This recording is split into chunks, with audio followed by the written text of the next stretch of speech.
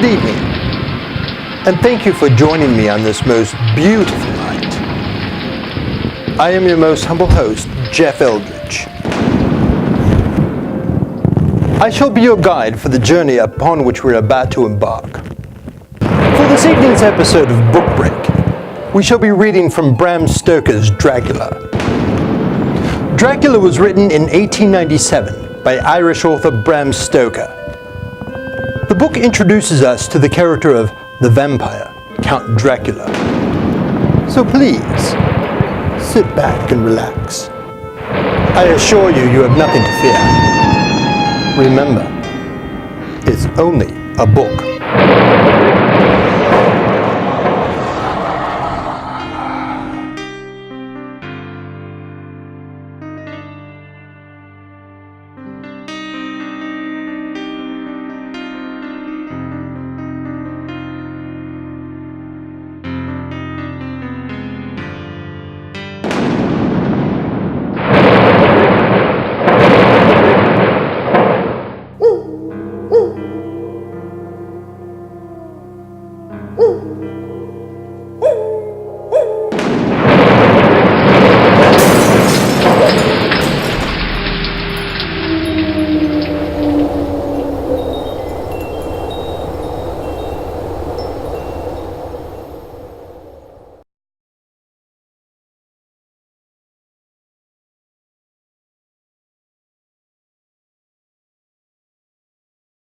Chapter 1, Jonathan Harker's Journal.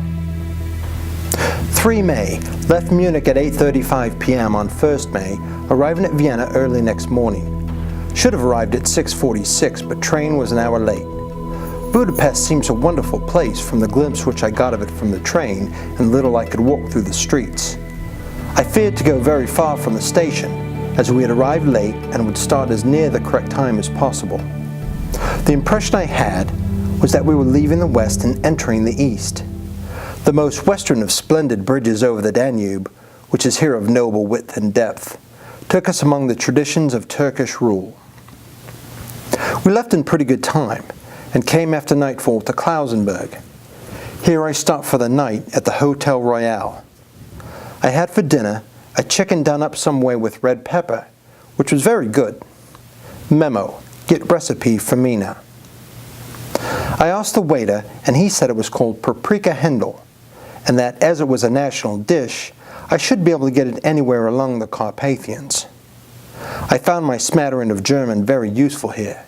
Indeed, I don't know how I should be able to get on without it. Having had some time at my disposal when in London, I had visited the British Museum and made search among the books and maps in the library regarding Transylvania. It had struck me that some foreknowledge of the country could hardly fail to have some importance in dealing with a nobleman of that country. I find that the district he named is in the extreme east of the country, just on the borders of 3 states, Transylvania, Moldavia, and Bukovina, in the midst of the Carpathian Mountains, one of the wildest and least known portions of Europe. I was not able to light on any map or work given the exact locality of the Castle Dracula, as there are no maps in this country, as yet to compare with our own maps. But I found that Bistritz, the post town named by Count Dracula, is a fairly well-known place. I shall enter here some of my notes, as they may refresh my memory when I talk over my travels with Mina. In the population of Transylvania, there are 4 distinct nationalities: Saxons in the south, and mixed with them the Wallachs, who are descendants of the Dacians, Magyars in the west, and Zekeles in the east and north. I'm going among the latter, who claim to be descended from Attila and the Huns. This may be so, for when the Magyars conquered the country in the 11th century, they found the Huns settled in it. I read that every known superstition in the world is gathered in the horseshoe of the Carpathians, as if it were the center of some sort of imaginative whirlpool. If so, my stay may be very interesting indeed. Memo, I must ask the Count all about them. I did not sleep well, though my bed was comfortable enough, but I had all sorts of queer dreams. There was a dog howling all night under my window, which may have had something to do with it. Or it may have been the paprika, for I had to drink up all the water in my carafe, and was still thirsty. Towards morning, I slept and was wakened by the continuous knocking at my door, so I guess I must have been sleeping soundly then. I had to hurry breakfast, for the train started a little before 8, or rather it ought to have done so, for after rushing to the station at 7:30, I had to sit at the carriage for more than an hour before we began to move. It seems to me that the further you go east, the more unpunctual are the trains. What ought they to be in China? All day long, we seemed to dawdle through a country which was full of beauty of every kind. Sometimes we saw little towns or castles on the top of steep hills, such as we see in old missals. Sometimes we ran by rivers and streams, which seemed from their wide stony margin on each side of them to be subject to great floods. It takes a lot of water and running strong to sweep the outside edge of a river clear. At every station there were groups of people, sometimes crowds, in all sorts of attire. Some of them were just like the peasants at home, or those I saw coming through France and Germany, with short jackets and round hats, and homemade trousers. But others were very picturesque. The strangest figures we saw were the Slovaks, who were more barbarian than the rest, with their big cowboy hats, great baggy dirty white trousers, white linen shirts, and enormous heavy leather belts, nearly a foot wide, all studded over with brass nails.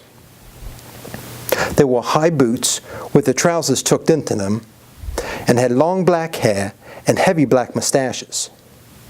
They were very picturesque, but do not look prepossessing. On the stage they would be set down at once as some old oriental band of brigands. They are, however, I'm told, very harmless and really wanting in self-assertion. It was on the dark side of twilight when we got to Bistritz, which is a very interesting old place.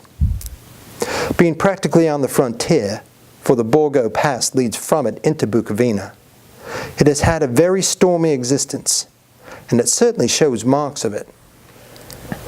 50 years ago, a series of great fires took place, which made terrible havoc on 5 separate occasions.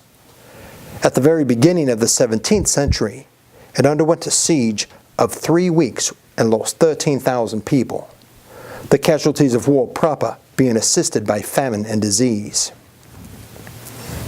Count Dracula had directed me to go to the Golden Krone Hotel, which I found to my great delight to be thoroughly old-fashioned, for of course I wanted to see all I could of the ways of the country. I was evidently expected, for when I got near the door, I faced a cheery-looking elderly woman in the usual peasant dress, white undergarment with a long double apron, front and back, of colored stuff fitting almost too tight for modesty. When I came close, she bowed and said, "The Herr Englishman?" "Yes," I said, "Jonathan Harker." She smiled and gave some message to an elderly man in white shirt sleeves who had followed her to the door. He went, but immediately returned with a letter. "My friend, welcome to the Carpathians. I'm anxiously expecting you. Sleep well tonight. At 3 tomorrow, the diligence will start for Bukovina. A place on it is kept for you. At the Borgo Pass, my carriage will await you and will bring you to me. I trust that your journey from London has been a happy one, and that you will enjoy your stay in my beautiful land. Your friend, Dracula." 4 May.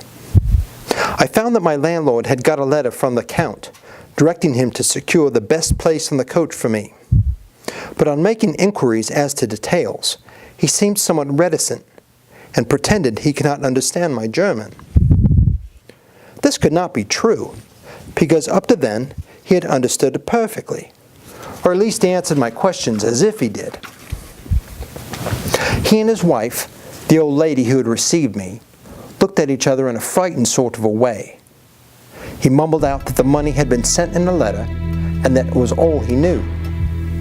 When I asked him if he knew Count Dracula and could tell me anything of the castle, both he and his wife crossed themselves, and saying that they knew nothing at all, simply refused to speak further. I was so near the time of starting that I had no time to ask anyone else, for it was all very mysterious and not by any means comforting. Just before I was leaving, the old lady came up to my room and said in a hysterical way, "Must you go? Oh, young her, must you go?" She was in such an excited state that she seemed to have lost her grip on what German she knew, and mixed it all up with some other language which I did not know at all. I was just able to follow her by asking many questions. When I told her that I must go at once, and that I was engaged on important business, she asked again, "Do you know what day it is?" I answered that it was the 4th of May. She shook her head as she said again, "Oh yes, I know that, but do you know what day it is?" On my saying that I did not understand, she went on, "It's the eve of St. George's Day. Do you not know that tonight, when the clock strikes midnight, all the evil things in the world will have full sway? Do you know where you are going, and what you are going to?" She was in such evident distress that I tried to comfort her, but without effect. Finally, she went down on her knees and implored me not to go, at least to wait a day or two before starting. It was all very ridiculous, but I did not feel comfortable. There was business to be done, and I could allow nothing to interfere with it. I tried to raise her up, and said as gravely as I could that I thanked her, but my duty was imperative, and that I must go. She then rose and dried her eyes, and taking a crucifix from her neck, offered it to me. I did not know what to do, for as an English churchman, I have been taught to regard such things as in some measure idolatrous. And yet it seemed so ungracious to refuse an old lady, meaning so well, and in such a state of mind. She saw, I suppose, the doubt in my face, for she put the rosary round my neck and said, "For your mother's sake," and went out of the room. I'm writing up this part of the diary whilst I'm waiting for the coach, which is of course late, and the crucifix is still round my neck. Whether it's the old lady's fear, or the many ghostly traditions of this place, or the crucifix itself, I'm not sure, but I'm not feeling nearly as easy in my mind as usual. If this book should ever reach Mina before I do, let it bring my goodbye. Here comes the coach. 5 May, the castle. The grey of the morning is past, and the sun is high over the distant horizon, which seems jagged, whether with trees or hills I do not know, for it is so far off that big things and little are mixed. I'm not sleepy, and as I'm not to be cold till I awake, naturally I write till sleep comes. There are many odd things to put down, and lest who reads them may fancy that I dined too well before I left Bistritz, let me put down my dinner exactly. I dined on what they call robber steak, bits of bacon, onion, and beef, seasoned with red pepper, and strung on sticks and roasted over the fire, in the simple style of the London cat's meat. The wine was golden mediash, which produces a queer sting on the tongue, which is, however, not disagreeable. I had only a couple of glasses of this, and nothing else. When I got on the coach, the driver had not taken his seat, and I saw him talking to the landlady. They were evidently talking of me, for every now and then they looked at me, and some of the people who were sitting on the bench outside the door came and listened, and they looked at me, most of them with pity. I could hear a lot of words often repeated, queer words, for there were many nationalities in the crowd. So I quietly got my polyglot dictionary from my bag and looked them up. I must say they were not cheering to me, for amongst them were Odog, Satan, Strigojka, witch, Vrolak, and Volkoslak, both meaning the same thing, one being Slovak and the other Serbian, for something that is either werewolf or vampire. Memo: I must ask the Count about these superstitions. When we started, the crowd round the inn door, which had by this time swelled to considerable size, all made the sign of the cross and pointed 2 fingers towards me. With some difficulty, I got a fellow passenger to tell me what they meant. He would not answer at first, but on learning that I was English, he explained that it was a charm or a guard against the evil eye. This was not very pleasant to me, for starting out for an unknown place to meet an unknown man.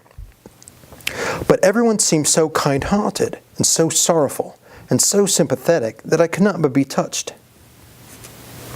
I shall never forget the last glimpse which I had of the inn yard and its crowd of picturesque figures, all crossing themselves as they stood round the wide archway, with its background of rich foliage of oleander and orange trees in green tubs clustered in the center of the yard.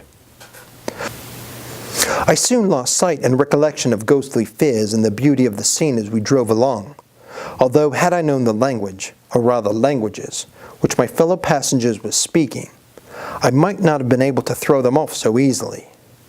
Before us lay a green sloping land full of forests and woods, but here and there steep hills crowned with clumps of trees or with farmhouses, the blank gable end to the road. There was everywhere a bewildering mass of fruit blossom, apple, plum, pear, cherry, and as we drove by I could see the green grass under the trees spangled with fallen petals. In and out amongst these green hills of what they call here the Mittelland ran the woods, which here and there ran down the hillsides like tongues of flame. The road was rugged, but still we seemed to fly over it with a feverish haste. I could not understand then what the haste meant, but the driver was evidently bent on losing no time in reaching Borgo-Pruned. I was told that this road is in summertime excellent, but that it had not yet been put in good order after the winter snows. In this respect, it's different from the general run of roads in the Carpathians, for it's an old tradition that they are not to be kept in too good order. Of old, the hospodars would not repair them, lest the Turk should think that they were preparing to bring in foreign troops, and so hasten the war which was always really at loading point. Beyond the green swelling hills of the Mittelland rose mighty slopes of forest up the lofty steeps of the Carpathians themselves. "Look, Isten Zek, God's seat," the driver said, and he crossed himself reverently. As we wound on our endless way, and the sun sank lower and lower behind us, the shadows of the evening began to creep round us. This was emphasized by the fact that the snowy mountaintop still held the sunset, and seemed to glow out with a delicate cool pink. Here and there we passed Czechs and Slovaks, all in picturesque attire, but I noticed that goiter was painfully prevalent. By the roadside were many crosses, and as we swept by, my companions all crossed themselves. Here and there was a peasant man or woman kneeling before a shrine, who did not even turn round as we approached, but seemed in the self-surrender of devotion to have neither eyes nor ears for the outer world. There were many things new to me. Now and again we passed a Leiter wagon, the ordinary peasant's cart, with its long snake-like vertebra calculated to suit the inequalities of the road. On this was sure to be seated quite a group of homecoming peasants, the Czechs with their white and the Slovaks with their colored sheepskins, the latter carrying lance-fashion their long staves, with axe at end. As the evening fell, it began to get very cold, and the growing twilight seemed to merge into one dark mistiness the gloom of the trees, old beech and pine, which in the valleys ran deep between the spurs of the hills, as we ascended through the pass. The dark firs stood out here and there against the background of late-lain snow. Sometimes, as the road was cut through the pine woods that seemed in the darkness to be closing down upon us, great masses of grayness which here and there bestrewed the trees produced a weird and solemn effect, which carried on the thoughts and grim fancies engendered earlier in the evening, when the falling sunset threw into strange relief the ghost-like clouds which amongst the Carpathians seemed to wind ceaselessly through the valleys. Sometimes the hills were so steep that despite our driver's haste, the horses could only go slowly. I wished to get down and walk up them, as we do at home, but the driver would not hear of it. "No, no," he said, "you must not walk here. The dogs are too fierce." And then he added, with what he evidently meant for grim pleasantry, for he looked round the coach for the approving smiles of the rest, "And you may have enough of such matters before you go to sleep. The only stop he would make was a moment's pause to light the lamps.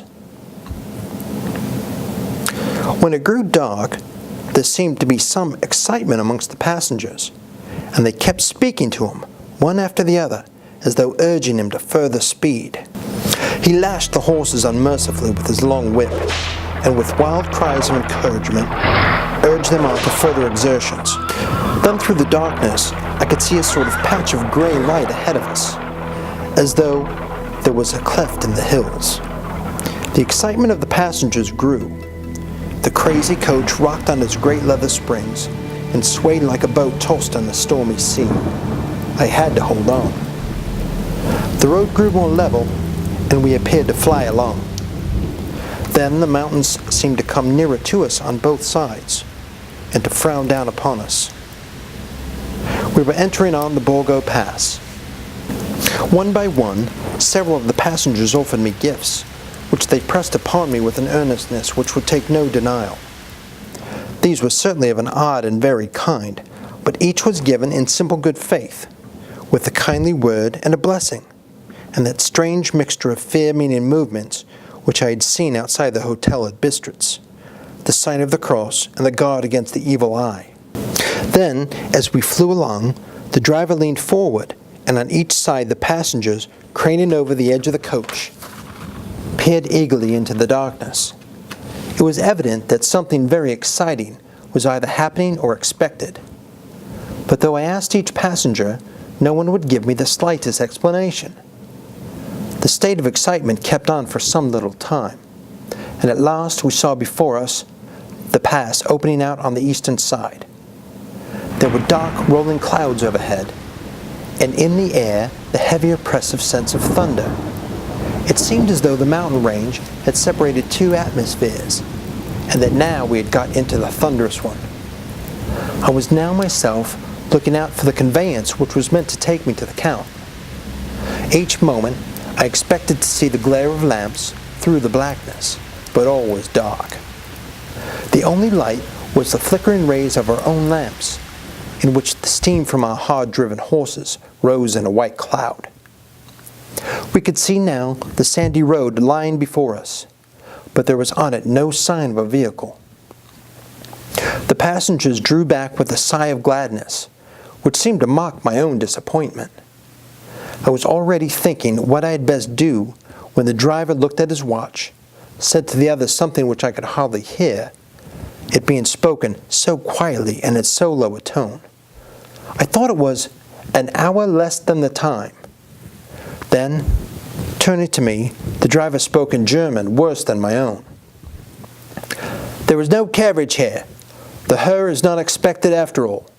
He will now come on to Bukovina, and return tomorrow or the next day. Better the next day."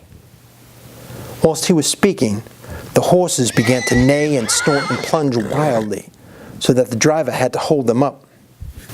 Then, amongst a chorus of screams from the peasants, and a universal crossing of themselves, a calèche with 4 horses drove up behind us, overtook us, and drew up beside the coach. I could see from the flash of our lamps, as the rays fell on them, that the horses were coal-black and splendid animals. They were driven by a tall man with a long brown beard and a great black hat which seemed to hide his face from us. I could only see the gleam of a pair of very bright eyes, which seemed red in the lamplight as he turned toward us. He said to the driver, "You were early tonight, my friend." The man stammered in reply, "The English Herr was in a hurry." To which the stranger replied, "That is why, I suppose, you wished him to go on to Bukovina. You cannot deceive me, my friend. I know too much, and my horses are swift." As he spoke, he smiled, and the lamplight fell on a hard-looking mouth with very red lips and sharp-looking teeth, as white as ivory. One of my companions whispered to another the line from Burger's Lenore, "Den die Toten reiten schnell," for the dead travel fast. The strange driver evidently heard the words, for he looked up with a gleaming smile. The passenger turned his face away, at the same time putting out 2 fingers and crossing himself. "Give me the hearse luggage," said the driver, and with exceeding alacrity, my bags were handed out and put in the caleche. Then I descended from the side of the coach, as the caleche was close alongside, the driver helping me with a hand which caught my arm in a grip of steel. His strength must have been prodigious. Without a word, he shook the reins, the horses turned, and we swept into the darkness of the pass. As I looked back, I saw the steam from the horses and the coach by the light of the lamps, and projected against it the figures of my late companions crossing themselves.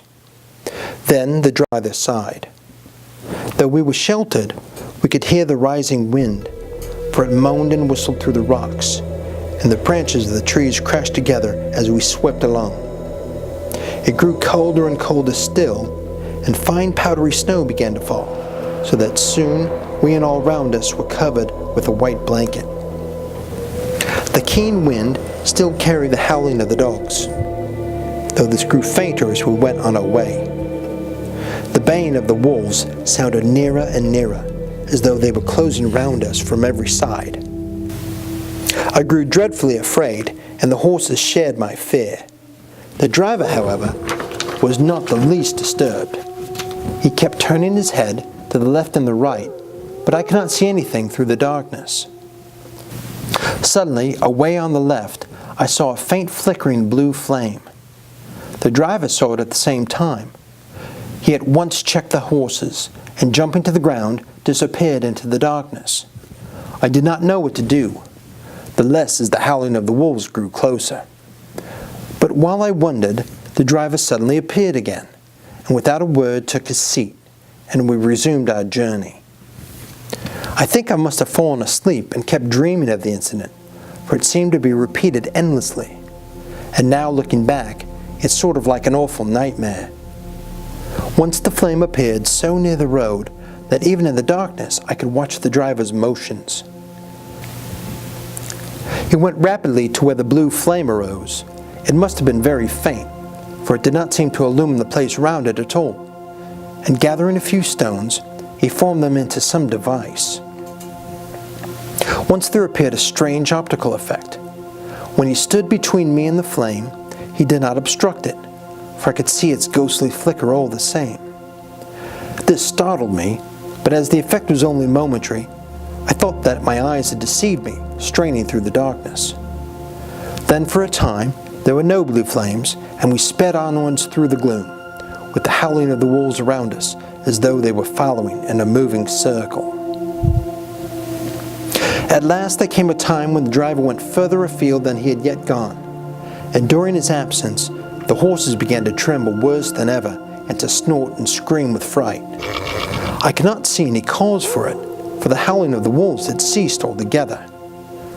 But just then, the moon, sailing through the black clouds, appeared behind the jagged crest of a beetling pine-clad rock, and by its light I saw round us a ring of wolves, with white teeth and lolling red tongues, with long sinewy limbs and shaggy hair. They were 100 times more terrible in the grim silence which held them than even when they howled. For myself, I felt a sort of paralysis of fear. It is only when a man feels himself face to face with such horrors that he can understand their true import. All at once, the wolves began to howl as though the moonlight had had some peculiar effect on them. The horses jumped about and reared, and looked helplessly round, with eyes that rolled in a way painful to see. But the living ring of terror encompassed them on every side, and they had perforce to remain within it. I called to the coachman to come, for it seemed to me that our only chance was to try to break out through the ring, and to aid his approach, I shouted and beat on the side of the caleche, hoping by the noise to scare the wolves from the side, so as to give them a chance of reaching the trap. How we came there I know not, but I heard his voice raised in a tone of imperious command, and looking towards the sound, I saw him standing in the roadway. As he swept his long arms, as though brushing aside some impalpable obstacle, the wolves fell back and back further still. Just then, a heavy cloud passed across the face of the moon, so that we were again in darkness. When I could see again, the driver was climbing into the caleche, and the wolves disappeared. This was all so strange and uncanny that a dreadful fear came upon me, and I was afraid to speak or move. The time seemed interminable as we swept on our way down in almost complete darkness, for the rolling clouds obscured the moon. We kept on ascending with occasional periods of quick descent, but in the main always ascending.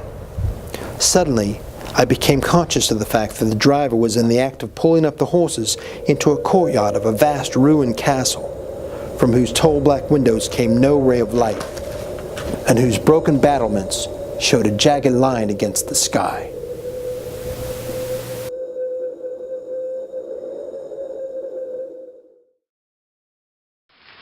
There now. That wasn't so bad, was it? I told you you had nothing to fear. Please, feel free to leave as you wish.